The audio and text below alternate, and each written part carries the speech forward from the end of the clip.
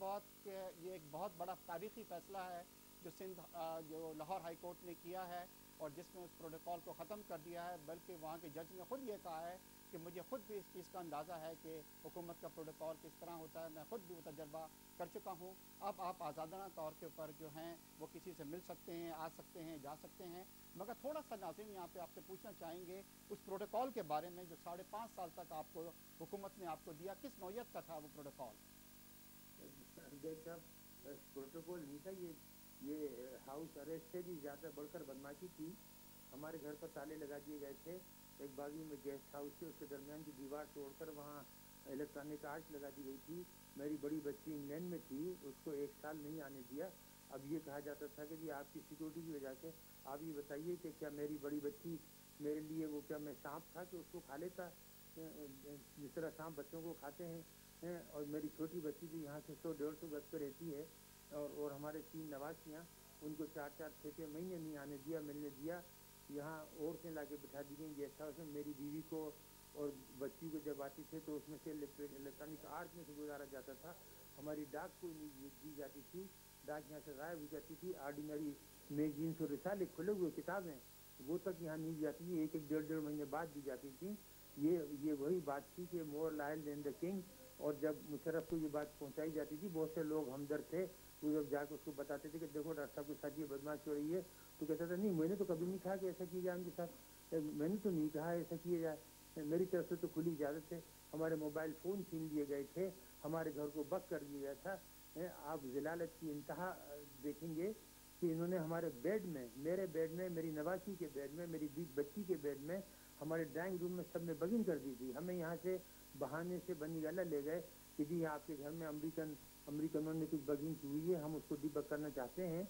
और हम समझ गए। अब ये समझते हैं, अगर ये ऐसे पास अपने आप को ये समझते हैं कि ये बहुत अक्लमंद हैं, और मैं जिसने PhD किया है और 15 बरस यूरोप में रहकर आए हूँ, मैं जाहिल हूँ, तो ये फिर इनसे बढ़कर जाहिल तो कोई होगा नहीं इस दुनिया में। तो मैं तो पूरी जैसी वापस आया तो मैं समझ गया, मैंने घर देखा, चीज़ें देखी, ये सब चीज़ें उल्टी पुल्टी थी। यहाँ तक कि मेरी बीवी के, बच्चियों के, औरतों के जो जो कपड़े होते हैं, सेंसिटिव कपड़े का ये इंटरनल कपड़े होते हैं, वो तक उल्टे पुल्टे सब पड़े हुए थे, बिस्तर खींचे हुए थे, मैट्रेस डॉक्टर उल्टी साहब ये पड़ी तमाम थी। चीज़ें मुशर्रफ साहब के दौर में हुई? सब उसी के दौर में हुई और उसको पता था। अच्छा डॉक्टर साहब, क्या ये सही है कि जनरल मुशर्रफ साहब ने आपको ये धमकी दी थी कि वो मिलिट्री कोर्ट में आपका ट्रायल करके आपको जेल में डाल देंगे?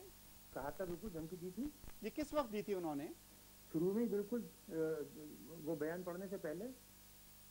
हाँ, हम यहाँ पे अभी इस वक्त यही गुफ्तगू कर रहे थे कि इंडिया ने अपने जो प्रोग्राम के जो खालिक थे उनको सदर बना दिया और आपके साथ यहाँ पे 5 साल तक जो ज्यादतियाँ होती रहीं यहाँ पे।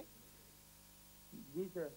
डॉक्टर साहब, एक चीज़ मैं आपसे मालूम करना चाहूँगा कि अभी इंडिया एटॉमिक एनर्जी कमीशन के साबिक चेयरमैन PK लैंगर ने यह बयान दिया है कि 1998 में किए गए इंडिया के एटमी धमाके इतने कामयाब न थे जितने पाकिस्तान के थे। यानी कि पाकिस्तान के जो धमाके थे वो ज़्यादा अच्छी नौइयत के थे, ज़्यादा पावरफुल थे।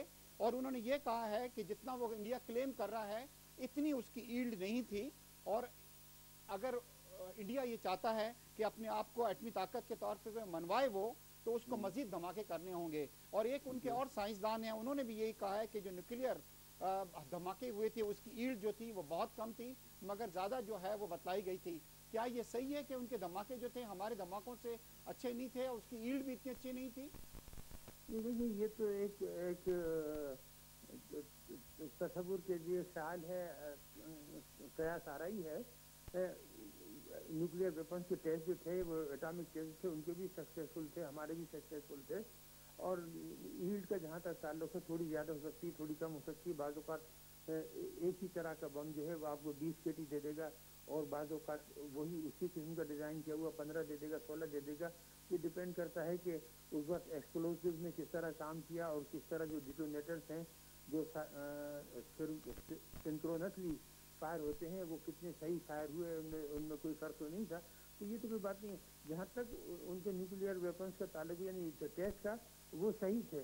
जो एक्चुअली लोग यहाँ नहीं समझ पा रहा वो ये था कि उस वक्त उन्होंने कोशिश की थी कि थर्मोन्यूक्लियर टेस्ट करें, यानी हाइड्रोजन बम का, और वो सक्सेसफुल नहीं हुआ था।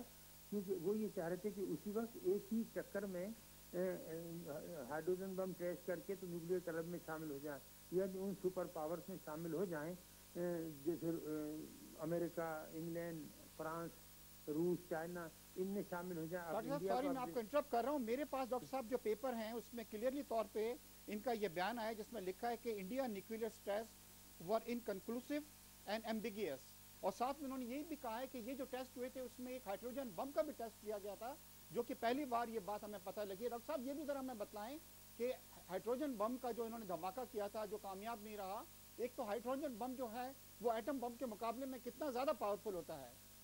वो तो डिपेंड करता है जी, आपको तो पता ना एटम बम जो होता है तो वो फिशन बम होता है जिसमें कि यूरेनियम के एटम जो है वो स्प्लिट होते हैं और उसमें एक सर्टेन अमाउंट ऑफ एनर्जी निकलती है। जो हाइड्रोजन का जो होता है वो जिसको थर्मोन्यूक्लियर कहते हैं, हाइड्रोजन बम कहते हैं, वो फ्यूजन से होता है हाइड्रोजन एटम्स के लीजिए, मालिक्यूल्स के लीजिए, तो उनके लिए तो उसमें बहुत ज़्यादा एनर्जी पैदा होती है।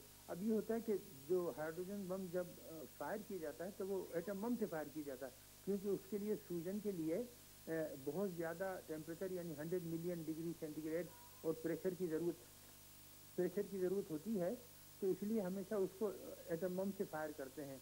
अब बाज़ औक़ात ये होता है कि वो फ्यूजन जो है वो सही तरीके से हो जाता है, पूरी तरीके से बाज़ औक़ात नहीं होता। तो क्योंकि वो पहला टेस्ट कर रहे थे तो मैं उसको ये नहीं कहता था कि कह सकता कि उनका बहुत बड़ा फेलियर है।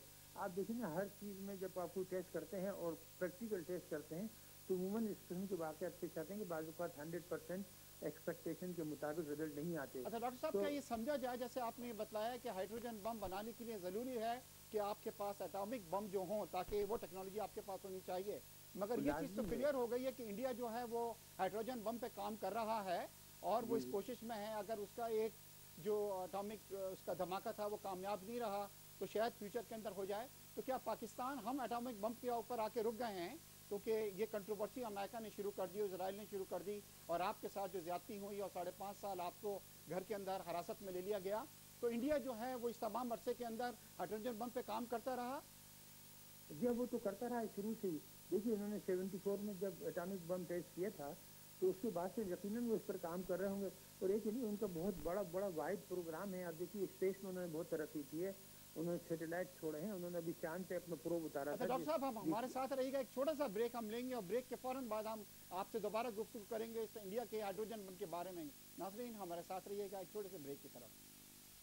कर रहे थे पाकिस्तान के एटमी प्रोग्राम के खालिक डॉक्टर कदीर खान साहब से, और बात हो रही थी कि इंडिया जो है इन तमाम अरसे के अंदर हाइड्रोजन बम पे काम करता रहा।